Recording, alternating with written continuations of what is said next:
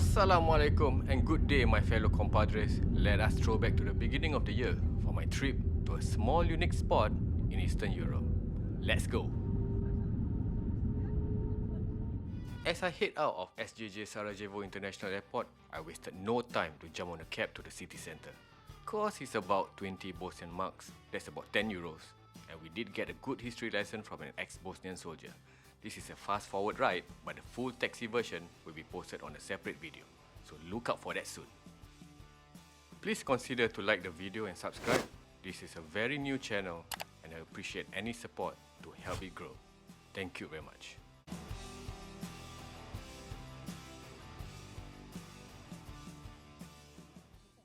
After a quick freshen up at the hotel, I head out as I have only 36 hours in Sarajevo. First stop is a significant one and is the Alifakovac Muslim cemetery. Here lies the martyrs of the Bosnian War of 92 to 95. Before we proceed further, let us recite in our hearts a short prayer for them and their families. Al-Fatiha. It's just sad and something to think about when this only occurred 30 years ago, just after the Gulf War. But a similar kind of oppression is still happening now on this day and age in Palestine for 75 years by the Zionist scums. Our prayers as well for the Palestinians, and it should truly be a lesson for our younger generation to speak out on the brutality of the Zionists and certain Western political figures that continue to support the terrorist acts on innocent Palestinians. Downhill from the cemetery is Old Town, where you will be greeted with a flock of pigeons and one of the oldest historical landmarks of Sarajevo.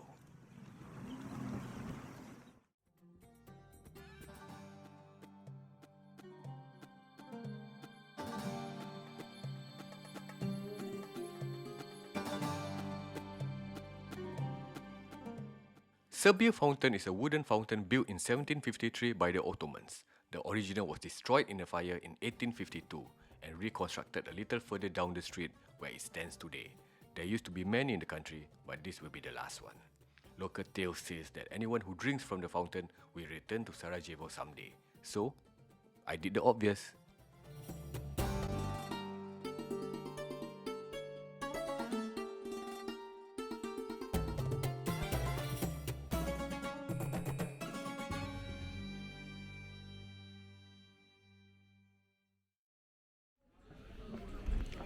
Walking past the fountain, you will already be at Baskasija Street. In Turkish, bas is said to mean head or top, and karsi means bazaar or market. This bazaar is obviously one of the oldest in Sarajevo, with shades of Ottoman architecture and design that surrounds the narrow streets. Most stalls will sell souvenirs and Bosnian delicacies, but there are a few craft shops selling metalwork, pottery, and some jewellery as well. There are also cafes in the area to relax with some local food.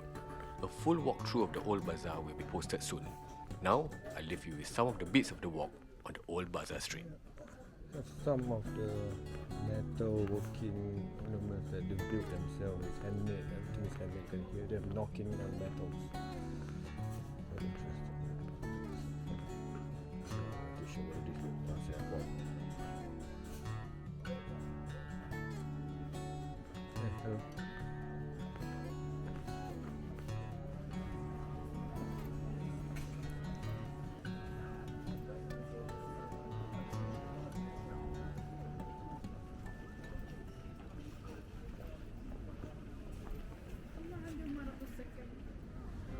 You can see from the old bazaar walk, the tower of Gazi-Husrev-beg Mosque is in sight from a distance.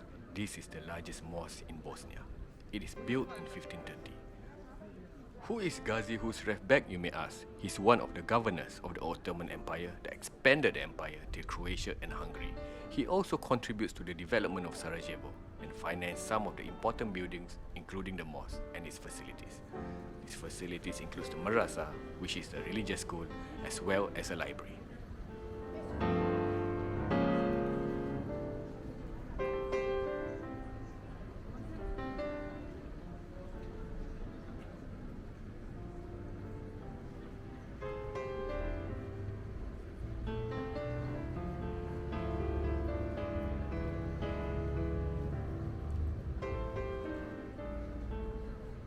You can see the dome architecture of this mosque largely resembles the one at Istanbul, like Hagia Sophia or the Blue Mosque. A main large dome is constructed and surrounded by a few semi-domes. The case of Hagia Sophia and the Blue Mosque is surrounded by even smaller semi-domes as well. The Gazi-Husrev-beg Mosque is one of the most represented Ottoman structures in this part of Europe.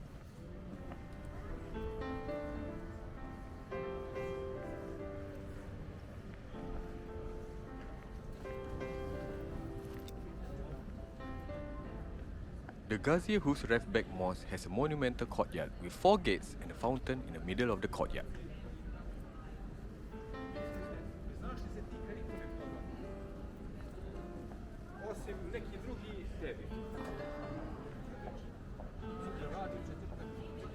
Besides Gazi-Husrev-beg Mosque, there are a few nearby mosques worth visiting, including Ali Pasha's Mosque as well as Emperor's Mosque, which is shown in the clip now.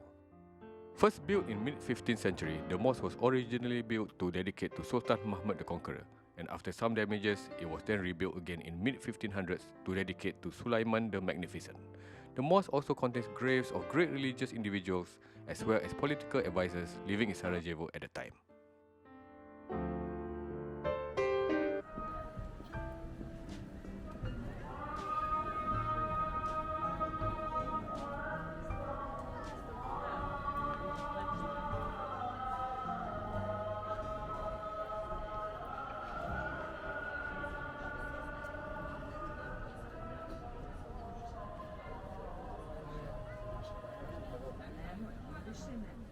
It's amazing how an area can be transformed within seconds. This is a spot where east meets west.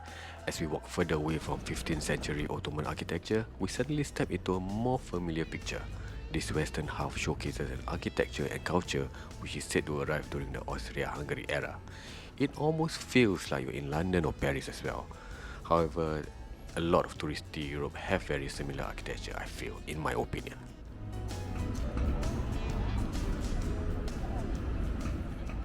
Now I'm going to leave you with some sights and sounds of the western side of Sarajevo.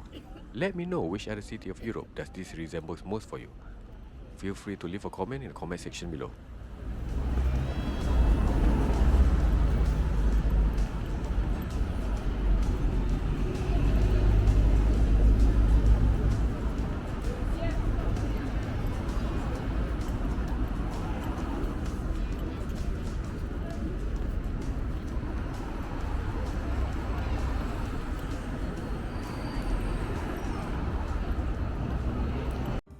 You also find many monumental churches on the west side of Sarajevo. Two of the main ones is the Serbian Orthodox Cathedral, which you are looking at now, and the Sacred Heart Cathedral. There are few Jewish synagogues as well in Sarajevo, which really lives up to why Sarajevo is called the Jerusalem of Europe. Some other important landmarks which you shouldn't miss includes the City Hall, the Latin Bridge, where Franz Ferdinand is assassinated, leading to the cause of World War I, and the Sarajevo Rose and Markila Market. These two remember the victims killed during the siege of Sarajevo. Their mortar rounds and explosions in the area left a pattern that almost looks like a floral rose design. Now let's step into one of the darkest periods for Bosnians. Let's have a short walk through into the Museum of Crime Against Humanity and Genocide. The museum is definitely one of the top picks if you're planning to visit the country. From interactive stories regarding war crimes, videos, personal belongings of victims of the Bosnian War, it has it all. I will be uploading a full walkthrough on a separate video. There is also a remembrance room to relive the horror that victims encounter. Something to think about for us, the privileged ones.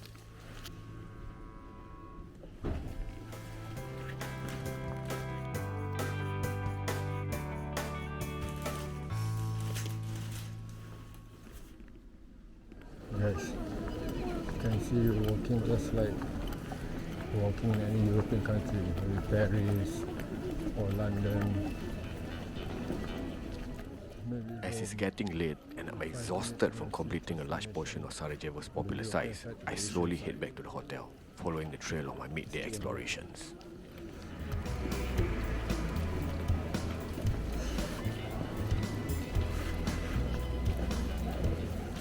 Now I leave you with a night walk from the west to the east to end one of the most unique days I've had in my travels. After this, I get some rest and I explore further in the morning. Enjoy the night view.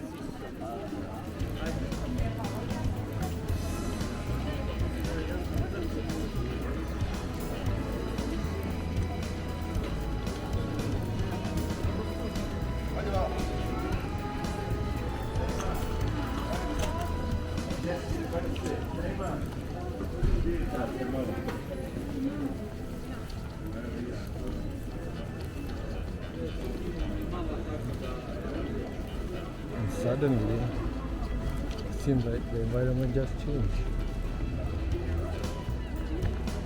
You see, this is the line east meets west. Sarajevo, meeting of cultures. It suddenly becomes an old town. More Ottoman architecture.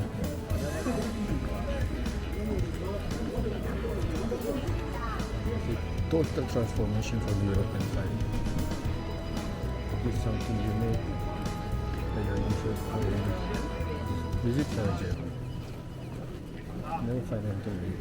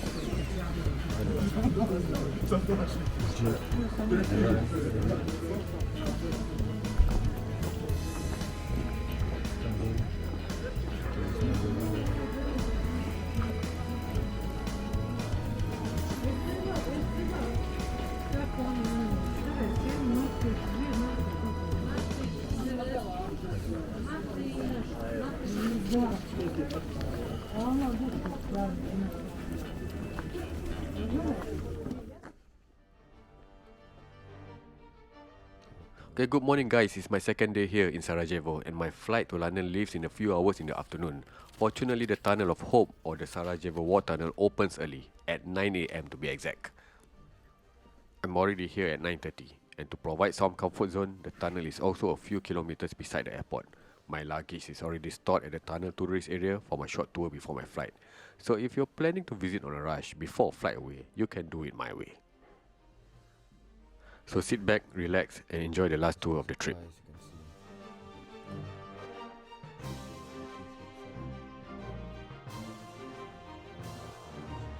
Competition goes out somewhere. It's gonna sit on the other side.